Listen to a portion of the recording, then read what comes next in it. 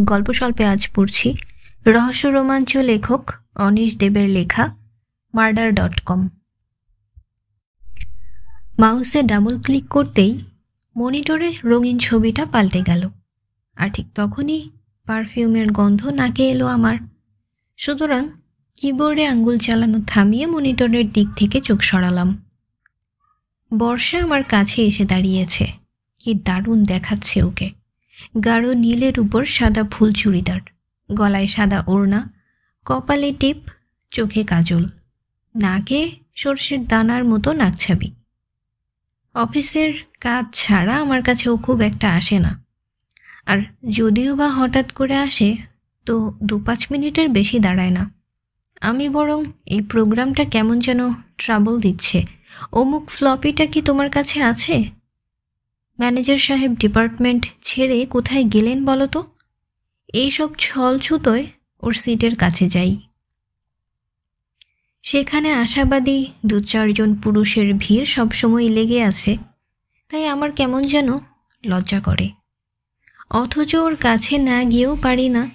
ভেতর থেকে কে যেন আমাকে তাড়িয়ে নিয়ে যায়। বর্ষার টেবিলের কাছে গেলেই আমার অস্কার পুরস্কারের কথা মনে পড়ে। দ্য নমিনিজ আর বলেই 4-5টি নাম, আর তারপরেই and the award goes to. এই অফিসের 4-5 জন সেই অস্কার নমিনির মতোই ওর চারপাশে ঘুরঘুর করছে, তার মধ্যে আমিও আছি। অ্যাওয়ার্ড শেষ পর্যন্ত কে পাবে জানি না। রিতেনদা, একটা হেল্প করবেন? এরকম মিষ্টি অনুরোধে সমরখন্দ বোখারাও দিয়ে দেওয়া যায়। তাই বললাম, তোমাকে হেল্প করার জন্য আমি আপাদমস্তক তৈরি। বলো কি করতে পারি? It will be my pleasure. Barsha আমার পাশের একটা খালি চেয়ারে বসে পড়ল। তারপর মুখে একটা ছেলে মানুষই কাঁচুমাচু ভাব ফুটিয়ে আবদারের গলায় বলল, আপনার মোবাইল ফোনটা একটু ইউজ করতে দেবেন? আমি বুক পকেট থেকে নকিয়া 6110টা বের করে ওর হাতে দিলাম। বললাম, ইচ্ছে হলে সারাদিন রাখতেও পারো। না না, জাস্ট একটা ফোন করব। হাসলো ও। অফিসের ফোন থেকে কিছুতেই লাইন পাচ্ছি না। বর্ষা আমার সামনে বসে বোতাম টিপতে শুরু করলো। আমি কি সিট ছেড়ে উঠে যাব? না না, আপনি থাকতে পারেন, প্রাইভেট কিছু নয়, দিদির সঙ্গে একটু কথা বলবো।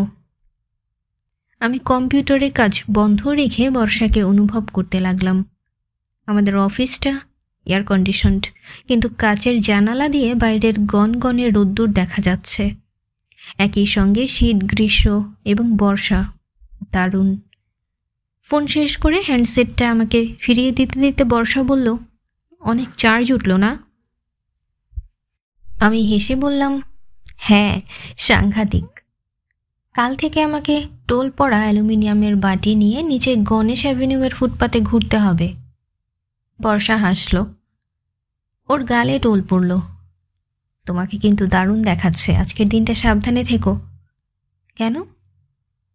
আমাদের অফিসে নেকড়ে আর হায়না তো কিছু কম নেই। বর্ষা এমনভাবে আমার দিকে তাকালো যে মনে হলো আমাকেও তার মধ্যে ধরবে কি ধরবে না ভাবছে। এমন সময় প্রকাশ রায়চৌধুরী এগিয়ে এলো আমাদের কাছে। ফর্সা, লম্বা চওড়া, মাথায় ঝাঁকড়া চুল, গলায় সোনার চেন, একটু ওভার স্মার্ট। ও একজন অস্কার নমিনি, তাই বর্ষাকে আমার কাছে 5 মিনিটের বেশি বসতে দেখে সাংঘাতিক রকম উতলা হয়ে পড়েছে। আমার দিকে আর চোখে এক পলক দেখে বর্ষার দিকে মনোযোগ দিল প্রকাশ। হাই রেইন, আমার কম্পিউটারে কিছু ডেটা ঢোকানোর ব্যবস্থা করো। My machine is starving. বর্ষাকে প্রকাশ রেইন বলে, তাই আমি ওকে মনে মনে বলি রেইনম্যান।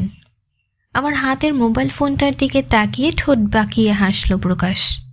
মোবাইল ফোনটা নেওয়ার পর রিতেনদার স্ট্যাটাস কিন্তু হেভি বেড়ে গেছে। আগে রিতেনদাকে কেউ পাত্তা দিত না, এখন থোড়া থোড়া দিচ্ছে। প্রকাশ বর্ষাকে আরেকবার ডেটার তাগাদা দিয়ে চলে গেল। আমি বুঝতে পারছিলাম আমার মুখ আর কান বেশ লাল হয়েছে। বর্ষা নরম গলায় বলল, প্রকাশ তার কথায় কিছু মাইন্ড করবেন না। না, মাইন্ড করিনি, ব্যাপারটা খুব স্পষ্ট। নেকড়ে হায়নাকে কামড় বসিয়ে গেল। খিলখিল করে হেসে উঠল বর্ষা। আমার বুকের ভেতর পাগলা হাওয়া নিচে উঠল।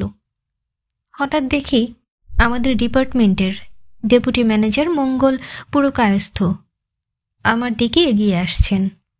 আড়ালে ওকে আমরা মংপু বলে ডাকি। মংপু একজন অস্কার নমিনি, যদিও ওর বয়স 55। একটি ছেলে, একটি মেয়ে এবং একটি হস্তিনী স্ত্রী আছে। আমি চাপা গলায় বর্ষাকে বললাম, আর একটা গোদা নেকড়ে আসছে, তুমি সিটে ফিরে যাও। আমি আর কামড় খেতে চাই না, বরং বিকেলের দিকে 10 মিনিট গল্প করতে যাব। বর্ষা ওকে বলে চটপটে পায়ে নিজের সিটের দিকে রওনা দিল। আর কি আশ্চর্য, মংপুও কম্পাসের অনুগত কাটার মতো গতিপথ পাল্টে বর্ষার পিছু পিছু হাঁটতে শুরু করল। গত 4-5 বছরে যে কটা সফটওয়্যার কোম্পানি নাম করেছে তার মধ্যে আমাদের কোম্পানি সফট কর্পোরেশন বেশ এগিয়ে রয়েছে। এখানে প্রোগ্রামার হিসেবে মাইনে আমি খারাপ পাই না, কিন্তু ফ্যামিলি বার্ডেন থাকায় অর্ডার সাপ্লাইয়ের ছোটোখাটো একটা ব্যবসাও চালাই। ব্যবসার খাতিরেই মাস 2 হলেও মোবাইল ফোনটা নিয়েছি। আমার ছোট ভাই ব্রতিন বিএসসি পাশ করেছে গত বছর। তারপর ব্যবসায় আমার পাশে এসে দাঁড়িয়েছে, ফলে বেশ খানিকটা হাফ ছাড়তে পারছি। হঠাৎই বিপ বিপ করে 2বার শব্দ হলো। চমকে উঠলাম। প্রথমে মনে হলো আমার ফোনের ব্যাটারি হয়তো কাবু হয়ে পড়েছে, কারণ ব্যাটারি লো হলেই বিপ শব্দ হয়। কিন্তু সে তো একটা শব্দ, 2বার তো নয়। তখনই খেয়াল হলো সেলফোনে কেউ কোনো মেসেজ পাঠালে 2বার বিপ বিপ শব্দ হয়। দিন 7 আগে হ্যান্ডসেট রিপেয়ার করার একজন টেকনিশিয়ানের মেসেজ পেয়েছিলাম, সঙ্গে তার মোবাইল নাম্বার। পকেট থেকে মোবাইল ফোনটা বের করে দেখি তার এলসিডি প্যানেলে একটা মেসেজ ফুটে উঠেছে। মেসেজটা ভারী অদ্ভুত। Sexy friendship with sweet ladies, secrecy guaranteed, call 9830000124। তার মানে মিষ্টি মেয়েদের সঙ্গে অন্যায় বন্ধুত্ব, কেউ জানতে পারবে না। মিনিট খানেকের জন্য আমার মনটা চঞ্চল হয়ে উঠল। কোনো মেয়ের সঙ্গে আমার কখনো সেরকম ঘনিষ্ঠতা হয়নি, সেরকম কোনো সুযোগও আসেনি। আমার পড়াশোনা শেষ হওয়ার আগেই বাপি চলে গেছেন। একমাত্র বোন মিলি আর ওর পরের ভাই ব্রতিন তখন বেশ ছোট। মা ক্রনিক আলসারের রোগী। কি করে যে দিনের পর দিন লড়াই চালিয়েছি সে আমিই জানি। আজ মায়ের বয়স আরও বেড়েছে, আরও অসুস্থ হয়েছে। মিলির এখনও বিয়ে দেওয়া হয়নি। মা সবসময় সেই চিন্তা করে। আমি মায়ের কাছে আরও 2 বছর সময় চেয়েছি। বলেছি আমি আর ব্রতিন মিলে ব্যবসা দাঁড় করিয়ে মিলিকে ভালোভাবে পাত্রস্থ করব। কিন্তু মাঝে মাঝে নিজেরই মনে হয় শেষ পর্যন্ত কথা রাখতে পারবো তো। বাপি চলে গিয়ে আমাকে বড় অসহায় করে গেছেন। নিজেকে নিয়ে আমি বেশ ভাবি। বয়স 30 পেরিয়ে গেল। একজন সুপুরুষ যুবকের জীবনে যেসব সুন্দর সুন্দর ঘটনা ঘটে তার কিছুই আমার কপালে জুটল না। বন্ধু বান্ধবের মুখে কত রোমান্টিক অ্যাডভেঞ্চারের গল্প শুনি, শুনে রাতে কত উল্টোপাল্টা কল্পনা করি। আমার মধ্যে যে একটা প্রেমিক মন আছে সেটা এক মুহূর্তের জন্য ভুলতে পারি না। হয়তো সেই জন্যেই মোবাইল ফোনের মেসেজটা আমার মনে দাগ কাটল। ফোন নম্বরটা মুখস্থ হয়ে গেল সহজেই। তারপর ভাবলাম, এ আবার সেই পার্টি লাইন বা টেলিফ্রেন্ডের মতো নয় তো, যত ভালোবাসা শুধু টেলিফোনে। সেও তো আর একরকম ছায়াযুদ্ধ। না, ওসব টেলিফোন নয়। আসল ব্যাপারটা আমার একবার চেখে দেখতে ইচ্ছে করছে। তাহলে ওই নম্বরে পরে একটা ফোন করে দেখলে কেমন হয়? আমার সফটওয়্যার ডেভেলপমেন্টের কাজে বারবার ভুল হয়ে যেতে লাগলো। যতই ছুটির সময় কাছে এগিয়ে আসতে লাগলো ততই ভেতরে ভেতরে চঞ্চল হয়ে উঠলাম। 5:30 নাগাদ টেবিল ছেড়ে বর্ষার কাছে গেলাম। ও এক মনে কম্পিউটারে কাজ করছিল। অস্কার নমিনিরা কেউ ধারে কাছে নেই, শুধু আমি ছাড়া। ঘাড় বেঁকিয়ে চোখ তুলে আমার দিকে তাকালো ও। ডান হাতের সুন্দর আঙ্গুলগুলো মাউস আঁকড়ে ধরেছে। মাউসটা আমার হাত হতে পারত। বলুন রিতেনদা। আমি চারপাশে একবার চোখ বুলিয়ে নিলাম। প্লাস্টিক আর কাচের পার্টিশন দিয়ে তৈরি ছোট ছোট কিউবিকল। যে যার সিটে বসে কাজ করছে। শুধু এয়ার কুলারের ভোমরার ডাক ছাড়া আর কোনো শব্দ নেই। কখন বেরোবে অফিস থেকে?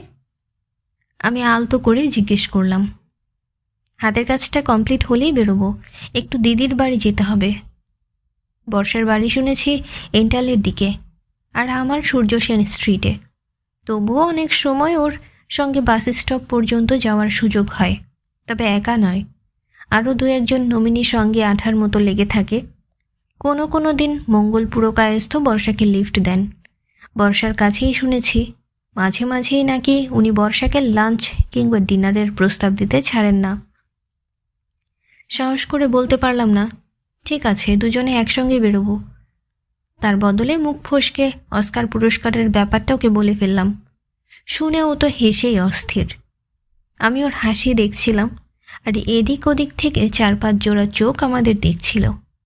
ওর হাসির ঝিলিক কমলে পর বললাম, দেখো, স্পষ্ট কথা বলাই ভালো, আমি কিন্তু সাধু পুরুষ নই, আমিও একজন অস্কার নমিনি। আবার খিলখিল হাসি। তারপর, আপনি দারুণ যোগ করতে পারেন। Oscar award, Oscar nominee, my goodness. হাসির চোটে ওর চোখের কোণে জল এসে গিয়েছিল। আঙ্গুল বুলিয়ে সেই জল মুছে নিল বর্ষা। বর্ষার কাছে এলে আমার কি যে হয়, মনের সব কথা উজাড় করে বলতে ইচ্ছে করে। মোবাইল ফোনে আসা মেসেজটাও ওকে বলতে ইচ্ছে করলো, তাই ভয় পেয়ে নিজের সিটে ফিরে এলাম। আসার পথে লক্ষ্য করলাম প্রকাশ রায় চৌধুরী দূর থেকে আমাদের দেখছে।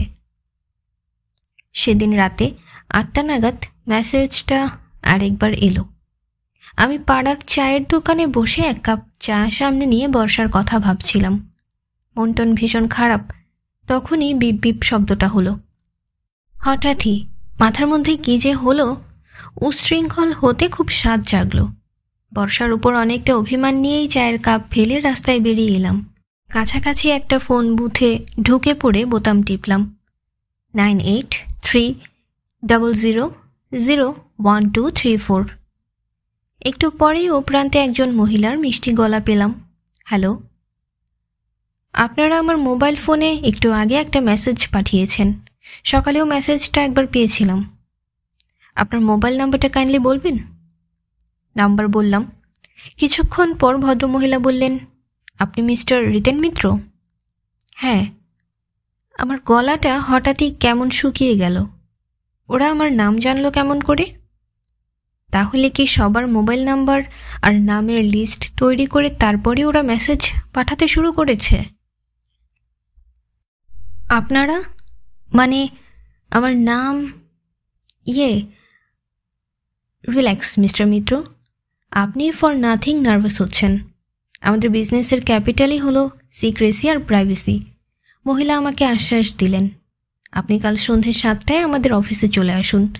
আমাদের এনরোলমেন্ট ফি 200 টাকা, আর তারপর সার্ভিস অনুযায়ী চার্জ। ঠিক 7টায় আসবেন কিন্তু। এরপর তিনি পার্ক সার্কাস অঞ্চলের একটি ঠিকানা বললেন।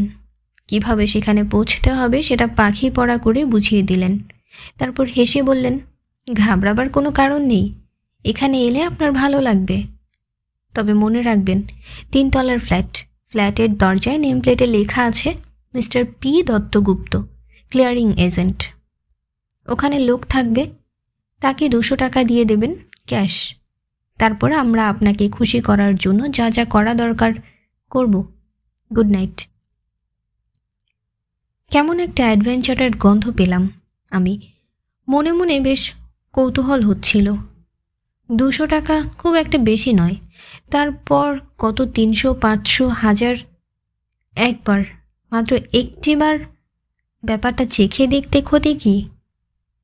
মা, মিলি, ব্রতিন, বর্ষা কেউ কিছুই টের পাবে না। সুতরাং পরের দিন কাটায় কাটায় সন্ধে 7টায় দত্তগুপ্তের ফ্ল্যাটে গিয়ে হাজির হলাম। পালিশ করা বিশাল কাঠের দরজা, তাতে ম্যাজিক আই লাগানো। দরজার ডান দিকের ফ্রেমে কলিং বেলের বোতাম। নেমপ্লেটের লেখাটা আরেকবার পড়ে নিয়ে কলিং বেলের বোতাম টিপলাম। দত্তগুপ্তের ফ্ল্যাটটা বেশ পুরনো ধাঁচের। এক একটা তলার হাইট প্রায় 15-16 ফুট হবে। বাড়ির বাইরের চেহারাটা জবচার্ণক হলেও ভেতরটা ঋত্বিক রোশন। অভিজাত পয়সাওয়ালা মানুষজনই এসব ফ্ল্যাটে থাকে। বাড়িতে ঢুকেই প্রথম যে ব্যাপারটা আমার নজর কেড়েছে সেটা হলো নির্জনতা। সিঁড়ি আর অলিন্দ দেখে মনে হয় না কেউ এখানে থাকে। শব্দ করে দরজা খুলে গেল। দরজা খুলতেই পারফিউমের উগ্র গন্ধ আমাকে স্বাগত জানালো। দারুণ সাজগোজ করা একজন মহিলা, ভুরু কুঁচকে আমার দিকে তাকিয়ে। ফর্সা, গোলগাল চেহারা, কোঁকড়ানো চুল। বয়সটা এমন জায়গায় চলে গেছে যে মেকআপের কথা আর শুনছে না। মহিলা বড় বড় শ্বাস ফেলছিলেন। ওর ভারী বুক ওঠানামা করছিল। আমার গলা শুকিয়ে যাচ্ছিল। বুকের ভেতরটা ঢিপ ঢিপ করছিল অকারণেই। বেশ টের পাচ্ছিলাম কপালের পাশ দিয়ে ঘামের রেখা গড়িয়ে নামছে। রুমাল বের করে ঘাম মুছে নিয়ে আমি বললাম, আমার নাম রিতেন মিত্র। 7টায় আমার আসার কথা ছিল। ভদ্রমহিলা হাসলেন। সঙ্গে সঙ্গে ওর মুখটা মিষ্টি হয়ে গেল। আসুন, ভেতরে আসুন। ওর গলাও দারুণ মিষ্টি। আমি ভেতরে ঢুকতেই মহিলা দরজাটা আবার বন্ধ করে দিলেন। সামনের ঘরটা রিসেপশন কিউবিকলের ঢঙে সাজানো। বাঁ দিকে ঝকঝকে কাউন্টার, তার উপরে টেলিফোন আর কম্পিউটার, পাশেই রাখা নোটপ্যাড আর পেন। ডান দিকের কোণে একটা সুদৃশ্য টুলে রাখা আছে একটা চীনে মাটির ফুলদানি, তাতে রং বেরঙের ফুলের তোড়া বসানো। তার পাশ ঘেঁষে লম্বা একটা সোফা। সোফার ঠিক ওপরে দেওয়ালে টাঙানো একটা রঙিন ছবি। ছবিতে কয়েকটা মেয়ে লোভনীয় ঢঙে দাঁড়িয়ে, ওদের শরীরের উপর লেবেল ছাটার মতো করে একটা ইংরেজি ক্যাপশন লেখা, সে হ্যালো টু এভরিবডি। তার পাশেই একটা ক্যালেন্ডার আর একটা ফুটফুটে বাচ্চার ছবি ঝুলছে। অন্যায় খেলার ছিটে ফোটাও নেই কোথাও। ফ্ল্যাটটা কেমন নিঝুম আর ফাঁকা ফাঁকা, তাতে আমার একটু অবাক লাগছিল। কিন্তু ওরাই তো ফোনে বলেছে সিক্রেসি আর প্রাইভেসি ওদের ক্যাপিটাল, তাই হয়তো এই সময়টা আর কাউকে আসতে বলেনি। ভদ্রমহিলা কেমন যেন এলোমেলো ব্যস্ততা দেখাচ্ছিলেন। নার্ভাসভাবে বারবার শাড়ি ঠিক করছিলেন। আমাকে সোফায় বসতে বলে কাউন্টারের ওপাশে গিয়ে এদিক ওদিক হাটকাতে লাগলেন। আমি একটু ঘাবড়ে গিয়ে ঢোক গিলে বললাম, আমার 200 টাকা দেওয়ার কথা ছিল। টাকাটা পকেট থেকে বের করে ওর দিকে এগিয়ে দিলাম। কাপা হাতে টাকাটা নিয়ে রিসেপশন কাউন্টারের একটা ড্রয়ারে ঢুকিয়ে রাখলেন। তারপর আমার দিকে ফিরে বললেন, আপনি একটু বসুন, আমি মিস্টার দত্তগুপ্তকে খবর দিচ্ছি।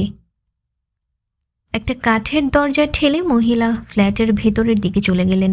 আমি দুরু দুরু বুকে অন্যায় অভিযানের জন্য অপেক্ষা করতে লাগলাম। মিনিট খানেক পরেই ভদ্রমহিলা ফিরে এলেন। ছোট্ট করে হেসে বললেন, আপনি বসুন, উনি এখনই আসছেন। আমি আপনার জন্য কোল্ড ড্রিঙ্কস নিয়ে আসছি। কথাটা বলেই মহিলা ফ্ল্যাটের সদর দরজা খুলে ব্যস্ত পায়ে চলে গেলেন। আমি অপেক্ষা করার জন্য তৈরি হয়ে টেনশন কাটাতে একটা সিগারেট ধরালাম। প্রায় 15 মিনিট কেটে যাওয়ার পর আমার ধৈর্যে টান পড়ল। দত্তগুপ্তের হলো কি? সিগারেট কখন শেষ হয়ে গেছে? ঘড়ির কাঁটা 7:30টার ঘরে পৌঁছে গেছে। না, এবার একটু খোঁজ করা দরকার। সোফা ছেড়ে উঠে পড়লাম। এদিক ওদিক তাকিয়ে একটু ইতস্তত করে তারপর ফ্ল্যাটের ভেতরে যাওয়ার দরজাটার কাছে গিয়ে দাঁড়ালাম। কান পেতে কথাবার্তার শব্দ শোনার চেষ্টা করলাম। না, কোনো শব্দ নেই। এই ফ্ল্যাটটা বোধহয় শুধুই যোগাযোগের অফিস। সুইট লেডিসরা থাকে অন্য কোথাও, হয়তো নিজের নিজের আস্তানায়। দরজায় চাপ দিতেই পাল্লা খুলে গেল। সামনেই খানিকটা ফাঁকা জায়গা। পুরনো আমলে বারান্দা ছিল, এখন ডাইনিং স্পেস। আলো নেভানো থাকায় আবছা অন্ধকার ছড়িয়ে রয়েছে। তার ডান দিকে দুটো ঘর, দুটো ঘরের দরজাই হাট করে খোলা। একটা অন্ধকার, অন্যটায় আলো জ্বলছে। চুরুটের হালকা গন্ধ নাকে আসছিল। মিস্টার দত্তগুপ্ত কি চুরুট খাচ্ছেন? হঠাৎই ফোন বাজতে শুরু করলো। ভীষণভাবে চমকে উঠলাম, যেন চুরি করতে এসে ধরা পড়ে গেছি। তারপরেই বুঝলাম পকেটে আমার সেলফোন বাজছে। ফোনটা পকেট থেকে বের করে অফ করে দিলাম। সুরেলা বাজনা থেমে যতই ফ্ল্যাটটা আগের চেয়ে দ্বিগুণ নিস্তব্ধ মনে হলো। যে ঘরটায় আলো জ্বলছিল পা টিপে টিপে সেই ঘরটার দিকে এগোলাম। ঘরের চৌকাঠে দাঁড়িয়েই দৃশ্যটা স্পষ্ট দেখতে পেলাম আমি, এবং রাজধানী এক্সপ্রেস যেন দুরন্ত গতিতে ছুটে এসে আমার হৃৎপিণ্ডে ধাক্কা মারল। বুকের ভেতরে ধুকপুকুনি থমকে গেল কয়েক লহমার জন্যে। তারপরে তারা খাওয়া কাঠবিড়ালির মতো ছুটতে শুরু করলো। ধকধক ধকধক। ঘরের ধবধবে বিছানায় চিৎপাত হয়ে পড়ে আছে প্যান্ট শার্ট পরা একজন মানুষ। তার হাত পা অস্বাভাবিক ভঙ্গিতে এদিক ওদিক ছড়িয়ে আছে। মুখটা দেখা যাচ্ছে না, কারণ মুখের ওপর একটা বালিশ চাপা দেওয়া হয়েছে। ইনি কি মিস্টার পি দত্তগুপ্ত? কে জানে। কৌতূহল আমাকে ঘরের ভেতরে নিয়ে গেল। ঘরের সর্বত্র বিলাসিতার সিলমোহর, আসবাবপত্র, বিছানা, লাইট, ফ্যান সবই প্রিমিয়াম কোয়ালিটির। তবে ঘরে পাগলের মতো অনুসন্ধান চালিয়ে কেউ সাজানো গোছানো ঘরটাকে ছন্নছাড়া করে তুলেছে। বেশ কয়েকটা ড্রয়ার খোলা, আলমারির পাল্লা খোলা, জামা কাপড় কাগজপত্র সব মেঝেতে ছড়ানো। ঘরের এক কোণে বিদেশি রঙিন টিভিতে বিবিসির খবর চলছে, কিন্তু ভলিউম কমানো থাকায় কোনো শব্দ হচ্ছে না। আর হলেও বিছানায় বিচিত্র ঢঙে শুয়ে থাকা ভদ্রলোকের কানে সে আওয়াজ নিশ্চয়ই ঢুকত না। বিছানার খুব কাছাকাছি গিয়ে দাঁড়াতেই বালিশের গায়ে পোড়া গর্তটা আমার নজরে পড়ল। বালিশটা এক টানে সরাতেই দত্তগুপ্তকে, কিংবা বলা ভালো দত্তগুপ্তের পাস্ট টেন্সকে দেখা গেল। ওর ধ্বংস হয়ে যাওয়া মুখটা আসলে কেমন ছিল সেটা বুঝতে হলে প্রত্নতত্ত্ববিদের প্রয়োজন। ওর মাথার নিচের বালিশটা লাল। কখনো যে ওটা সাদা ছিল সেটা বেশ কষ্ট করে বুঝতে হয়। হাতুড়ে অভিজ্ঞতা দিয়ে আমি দত্তগুপ্তের পালস দেখার চেষ্টা করলাম। All quiet on the western front. তবে ওর শরীরটা এখনো গরম আছে, মানে যেই ওকে খুন করে থাকুক ব্যাপারটা খুব বেশি আগে হয়নি। এদিক ওদিক তাকিয়ে রিভলভারটা চোখে পড়ল না। কে খুন করলো দত্তগুপ্তকে? ওই মহিলা নয় তো? ওর আচরণ কেমন অদ্ভুত মনে হয়েছিল আমার। কিন্তু মেয়েরা কি এরকম নৃশংসভাবে রিভলভার ব্যবহার করে? আমি যখন এই ফ্ল্যাটে আসি তখন দত্তগুপ্ত নিশ্চয়ই ওপারে চলে গেছেন, কারণ যতই মুখে বালিশ চাপা দিয়ে আওয়াজ বন্ধ করার চেষ্টা করা হোক না কেন, একটা ভোঁতার শব্দ নিশ্চয়ই আমার কানে আসতো। এমনও তো হতে পারে দত্তগুপ্তকে খুনটুন করে ভদ্রমহিলা যখন ফ্ল্যাট ছেড়ে চলে যাওয়ার মতলব ছিলেন, ঠিক তখনই আমি এসে হাজির হয়েছি। হতে পারে অনেক কিছুই। এখন ওই ভদ্রমহিলার খোঁজ করা দরকার। উনি যদি খুনি নাও হন, উনি নিশ্চয়ই কিছু না কিছু জানবেন। কোল্ড ড্রিঙ্কস আনার নাম করে উনি গেলেন কোথায়? চম্পট দেননি তো? এই প্রথম কৌতূহলকে ছাপিয়ে ভয় আমার মনে জায়গা করে নিল। ঠান্ডা ঘাম তৈরি হলো বুকে পিঠে, তারপর ধীরে ধীরে গড়িয়ে গড়িয়ে নামতে লাগলো। একটা নির্জন ফ্ল্যাটে আমি আর একটা ডেড বডি। এখন যদি কেউ আসে তাহলে কি ভাববে? যদি পুলিশ আসে? প্রায় দৌড়ে রিসেপশনে চলে এলাম। আমাকে চমকে দিয়ে রিসেপশনের টেলিফোনটা বাজতে শুরু করলো। নিস্তব্ধ ফ্ল্যাটে টেলিফোনের আওয়াজ আমার বুকের ভেতরে হাতুড়ি পিটছিল, তাই রিসিভারটা তুলে কাউন্টারের ওপরে নামিয়ে রাখলাম। ফোনে একটা পুরুষ কণ্ঠ, হ্যালো হ্যালো বলে গলা ফাটিয়ে চিৎকার করছিল। হঠাৎই আমার মনে হলো আমার নাম, মোবাইল নাম্বার সবই দত্তগুপ্তদের কাছে রয়েছে। এই খুনের তদন্ত করতে এসে পুলিশ যদি সেসব খুঁজে পায় তাহলে আমাকেই হয়তো মার্ডারের বলে সন্দেহ করবে। তাছাড়া বাড়িতে অফিসে সবাই জেনে যাবে আমি এই ফ্ল্যাটে কেন এসেছিলাম। আমার মনের অবস্থাটা কেউ বুঝতে চাইবে না। শুধু অভিযোগের আঙ্গুল তুলেই চেনা জানা মানুষজন তাদের দায়িত্ব শেষ করবে। চটপট চলে গেলাম রিসেপশন কাউন্টারের ওপারে। কম্পিউটারের হার্ড ডিস্কে আমার নাম আর মোবাইল নাম্বার থাকাটা অসম্ভব নয়। মেশিনটা অন করাই ছিল। অভ্যস্ত হাতে হার্ড ডিস্কের সব ফাইল মুছে ফেলার নির্দেশ দিলাম। কম্পিউটার জানতে চাইল আমি সত্যিই সব ফাইল মুছে ফেলতে চাইছি কিনা। উত্তরে আমি ওয়াই টিপে এন্টার বোতামটা টিপে দিলাম। এইভাবে পাগলের মতো একের পর এক ডিরেক্টরি মুছে ফেলতে লাগলাম। কম্পিউটার যখন মুছে ফেলার কাজ করছিল সেই সময় আমি সব কয়টা ড্রয়ার খুলে কাগজপত্র হাটকাতে লাগলাম।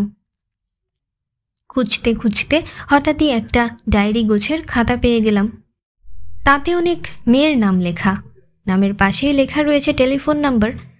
আরও একটা অদ্ভুত ব্যাপার নজরে পড়ল, প্রতিটি মেয়ের নামের পাশে ব্র্যাকেটে একটি করে নাম লেখা রয়েছে, যেমন শ্রীজাতা সরকার, সিমি, 24371112। লিস্টটায় দ্রুত নজর বোলাতে গিয়ে মারাত্মক একটা ধাক্কা খেলাম। বর্ষা দাশগুপ্ত, কঙ্কনা, 24508663। বর্ষার নাম এখানে কেন? ওর ফোন নাম্বার জানি না, তবে নাম পদবি দুটোই হুবহু মিলে যাচ্ছে। ওর সঙ্গে দত্তগুপ্তের কি কোনো যোগাযোগ ছিল? একটা কাগজের টুকরোয় ওর ফোন নাম্বারটা টুকে নিয়ে সেটা বুক পকেটে রাখলাম। আরও কিছুক্ষণ খোঁজাখুঁজি করেও যখন আমার নাম বা ফোন নাম্বার পেলাম না, তখন খানিকটা স্বস্তি পেলাম।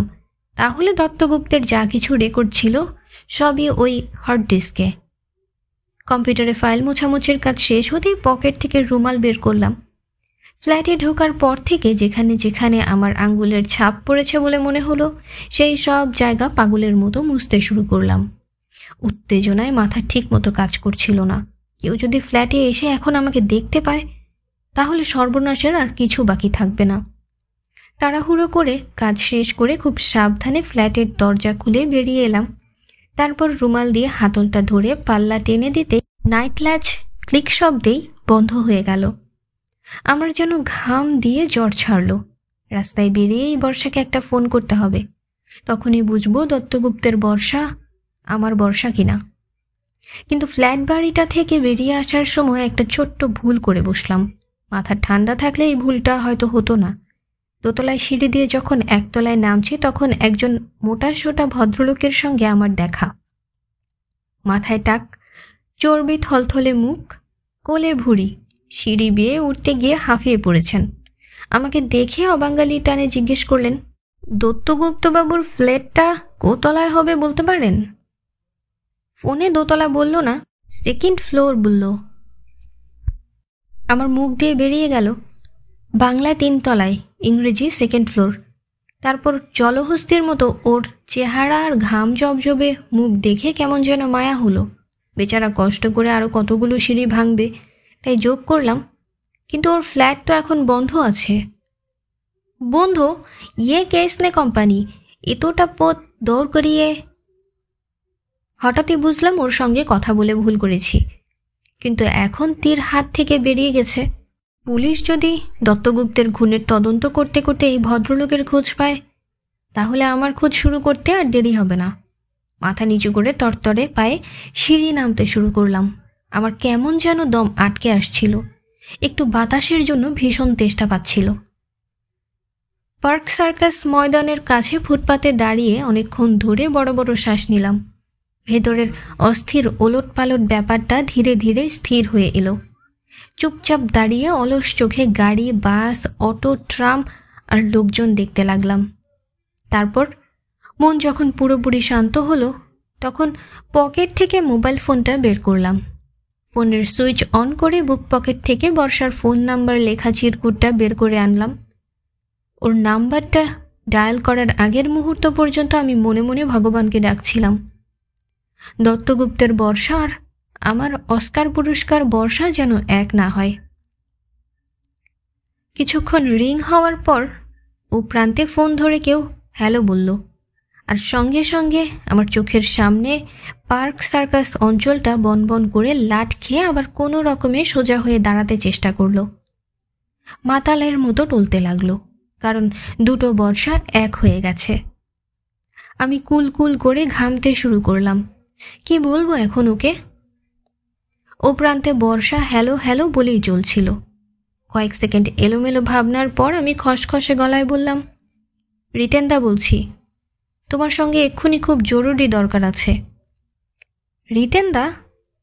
বর্ষা অবাক হয়ে গেল। আপনি আমার নাম্বার পেলেন কি করে? ওসব পরে বলবো, এক্ষুনি তোমার সঙ্গে একবার দেখা হওয়া দরকার। না, বরং কাল অফিসে বলবেন।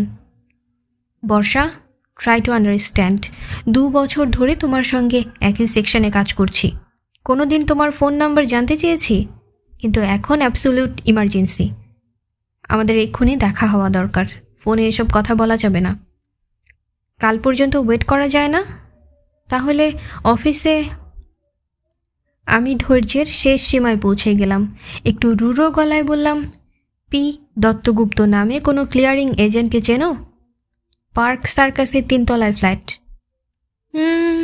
না তো, চিনতে পারছি না তো। কেন, চেনার কথা? আমি একটা দীর্ঘশ্বাস ফেললাম। সিক্রেসি আর প্রাইভেসি ছিল দত্তগুপ্তের ক্যাপিটাল। সোজা আঙুলে দেখছি ঘি উঠবে না, অতএব আঙুল বাঁকাতে হলো। চিনতে পারছো না? আরে, যে দত্তগুপ্ত তোমার নাম রেখেছে কঙ্কনা। ও প্রান্তে চমকে উঠে শ্বাস টানল বর্ষা। আমি আরও বললাম, একটা ভালো খবর আছে। দত্তগুপ্ত ঘণ্টা 1.5 আগে ওর ফ্ল্যাটে মার্ডার হয়েছেন। কি বলছেন রিতেনদা? বর্ষা একেবারে আঁতকে উঠল। হ্যাঁ, ঠিকই বলছি। এবার নিশ্চয়ই তোমার দেখা করতে কোনো অসুবিধা হবে না। আরও আধা ঘন্টা পর 8:30 নাগাদ আমি বর্ষার মুখোমুখি বসে কথা বলতে শুরু করলাম। মৌলালির মোড়ে কাছাকাছি একটা রেস্তোরাঁয় আমরা চা আর অমলেট নিয়ে মুখোমুখি বসেছি। বর্ষা শাড়ি পরে এসেছে, তাতে ওর ধার এতটুকুও কমেনি, অন্তত আমার কাছে। কোনো রেস্তোরাঁয় এই প্রথম আমরা একান্তে বসেছি। পরিস্থিতি অন্যরকম হলে প্রথম এভাবে দেখা হওয়ার ব্যাপারটা দারুণ হতো। আমি নিচু গলায় বর্ষাকে সব খুলে বললাম। আমার অন্যায় বন্ধুত্বের আকাঙ্ক্ষার কথা বলতে গিয়ে ক্ষোভে লজ্জায় গলা জড়িয়ে গেল, চোখে জল আসতে চাইল। বললাম, নিঃসঙ্গতায় পাগলের মতো লাগছিল আমার, মাথার গোলমাল হয়ে গিয়েছিল। আমাকে যেন ও ক্ষমা করে। ক্ষমা করবে কি? বর্ষা তখন ফ্যাকাশে মুখে পাথর হয়ে বসে আছে, চোখে শূন্য দৃষ্টি। অনেকক্ষণ পর ও কথা বলল। রিতেনদা, কি হবে এখন? আমি একটু চিন্তা করে বললাম, চুপ করে বসে থাকা ছাড়া কোনো পথ নেই। তবে পুলিশ হয়তো 2-4 দিনের মধ্যে তোমাকে ফোন করতে পারে। তখন কি বলবো? প্রশ্নটা অনেকক্ষণ ধরে মনের মধ্যে তোলপাড় করছিল। ভেতরে ভেতরে ক্ষত বিক্ষত হচ্ছিলাম, কিন্তু বর্ষাকে জিজ্ঞেস করতে কেমন যেন সংকোচ হচ্ছিল। আর এও মনে হচ্ছিল ওর উত্তরটা আমাকে ভীষণ কষ্ট দেবে। পুলিশের প্রশ্নটা যদি আমি তোমাকে জিজ্ঞেস করি? বর্ষা মাথা নিচু করে বসে রইল।